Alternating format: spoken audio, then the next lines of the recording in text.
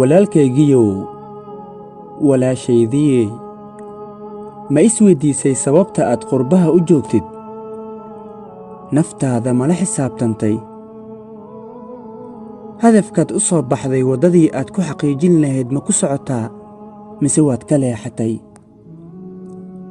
soo xusuuso maalinkaad ka soo tagtay dalkaaga hooyo soo xusuuso maalinkaad ka soo tagtay dadka kuwii kuugu dhowaa haddaba ma xusuusataa duruuftii kugu qasabtay inaad ka soo dhex baxdo dalkaagii naftaada ma la xisaabtantay haa walaal adiga ayaan kula hadlayaa hadafkaad u soo baxday